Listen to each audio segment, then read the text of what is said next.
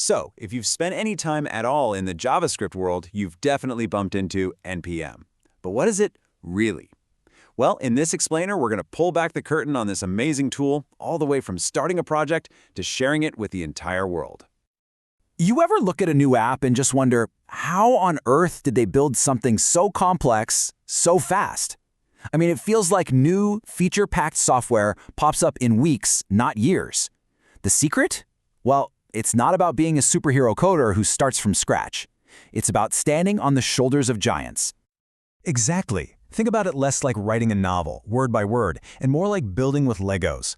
Developers grab these pre-built pieces of code, we call them packages, to add really complex stuff, like web servers or fancy data charts, without having to build that piece from the ground up. Okay, but if you have thousands of these Lego bricks, how do you find the right one? How do you keep them all organized?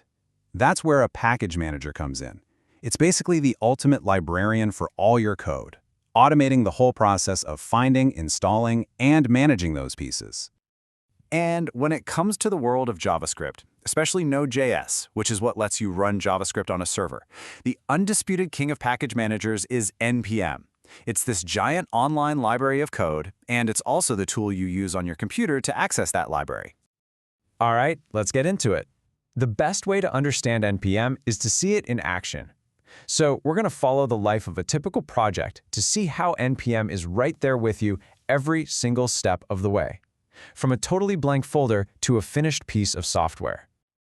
First things first, every great project needs a plan, right? A blueprint.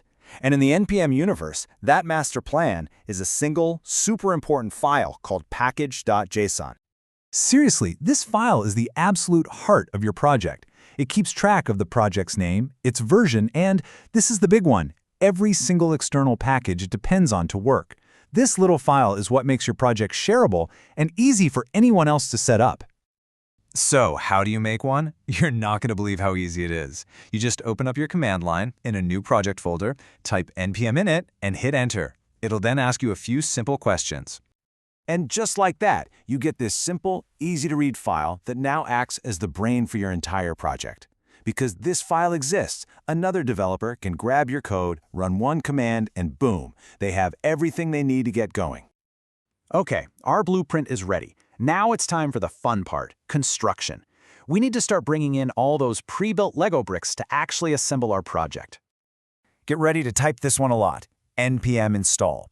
This is the magic command. It reaches out to that huge online NPM library, finds the package you want, downloads it, and neatly tucks it away in a folder in your project called node_modules. Now here's a really important distinction to make. Some packages are needed for your app to actually run, like a web framework. But other packages are just for you, the developer, like a testing tool. You want to keep those separate so your final app is as lean and efficient as possible. So when you run a command like this with that -save flag, NPM is actually doing two things at once. It installs the package, yeah, but it also automatically updates your package.json blueprint to say, hey, anyone who uses this project is going to need Express. All right, so we've got our tools. Now what? Let's see how NPM helps us with all the day-to-day stuff, because it's way more than just an installer. It's a huge part of your daily workflow. Okay, check this out. Tucked away inside your package.json is this incredibly powerful little section called scripts.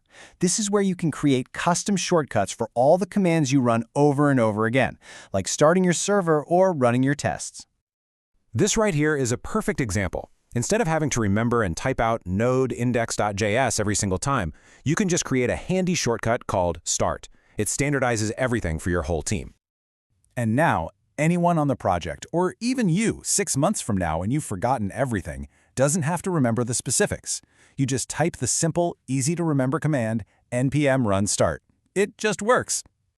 And of course, things change. Projects evolve. NPM has your back here too. You can run npm update to get the latest safe versions of all your tools, or npm outdated to see what needs a little attention. It's all built right in to keep your project healthy. Okay, so you've done it. You've used all these tools and you've built something amazing. What if you want to give back to the community and share it? Well, with NPM, that's incredibly easy. But first things first, you got to give your package a version number. NPM uses a system called semantic versioning. Think of this three-part number as a secret code that tells other developers what's changed. A small bug fix, a new feature, or a huge breaking change. The numbers tell the whole story. And getting it out there for the world to see? It's literally just 3 steps. First, you use the npm version command to bump up your version number. Then, you log into your npm account. And finally, the grand finale, npm publish. And that's it! With that one final command, npm publish, your code is live. You've officially contributed back to the global developer community. Your little Lego brick is now ready to be used in thousands of other amazing projects. So if you take one thing away from this, is that NPM is so much more than just an installer. It's a full-on lifecycle tool for your project. It guides you from that very first blueprint with npm init, through the build with npm install, all the way to a global launch with npm publish. This incredible power to assemble, manage, and share software is right at your fingertips. It opens up a whole universe of possibilities for whatever big idea you have next. So the only question left is, what are you going to build?